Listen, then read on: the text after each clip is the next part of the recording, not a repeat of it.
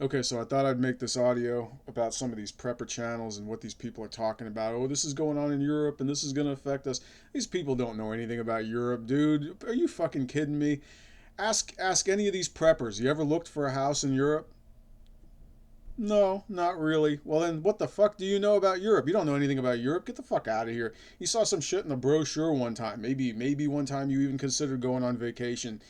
But these crank callers, man, they always keep putting out this fake fucking information. And I don't know everything there is to know about Europe, but I trust me, I know a lot more than these dumb motherfuckers. I'll say that. That is the least I will say. Um, One of the things that they were talking about recently is things in Europe affecting us, things in Europe causing craziness over there. And then they were talking about, one guy was talking about people who are cold are angry, people who are cold and hungry are very angry. Um, Another person was saying the same thing. A female prepper, or whatever you want to call her, prepperess. She was saying that the shit that's going on over there, keeping it real vague, is going to affect over here, and kind of like plug and go out and vote for Republicans because, our founding fathers were saying we shouldn't be involved in these things. Look, we're going to be involved in these things no matter what.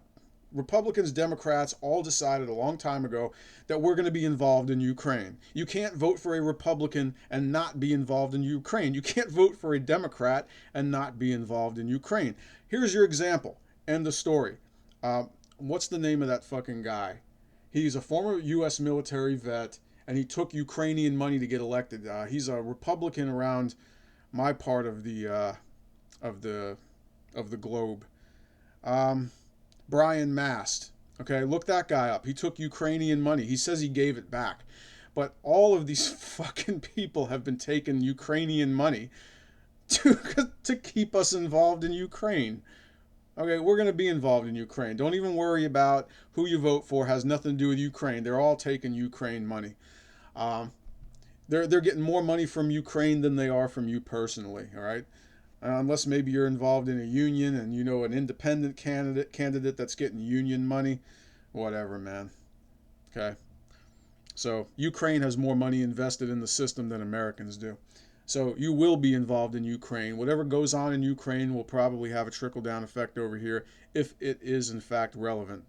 Okay, let's get back to the idea of the cold winter and all that bullshit that the original prepper talked about. Cold people are angry. Cold and hungry people are angrier. All right. Cold people. This reminds me of this one girl who's from some of those parts of Europe. Is that a country? Yes. Oh my god, do you guys have like cars? Yes, we do, and we also have electricity. Oh my god, that is so cool. It's like, do you know shit about the fucking world? Okay, some of these parts. You ever heard of Nikola Tesla? Nikola Tesla came from this part of the world. This guy invented AC current, which powers the United States. AC current, which powers fucking Europe. Okay? All these places have electricity. I've looked at homes in these areas to find out, well, how would the lifestyle be? Okay? This is how it works in most of these areas. It doesn't get too hot in the day because a lot of these places are alpine countries.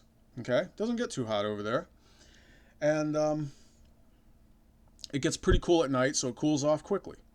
All these places have electricity, unless you're buying a property that has like an old farmhouse, barn, whatever you want to call it, that was built in like 1918, and then from there they built a new house to be more modern. And somehow, some way, the new house was bulldozed, and you're stuck with the old primary house that was turned into a barn like 50 fucking years ago. Yeah, then you might not have electricity, but that's not a place that anybody's living in. That's a place that people buy the property to build on and maybe grow stuff. Okay, it's like a farmhouse. You're just buying up the land. Nobody lives there, except for maybe some bugs and fucking wildlife. So moving on. I looked at some houses in these places, and you would find a typical trend, okay? They all have electricity. They all either cook with electricity or gas, okay? Now somebody might say, well, what happens if they turn off what happens if Putin turns off the gas? What happens if you can't afford the gas? You know what's going to happen? You just go buy a fucking electric burner, plug it into the electricity, cook with electricity. Okay, but wait a second. What happens if the power goes out?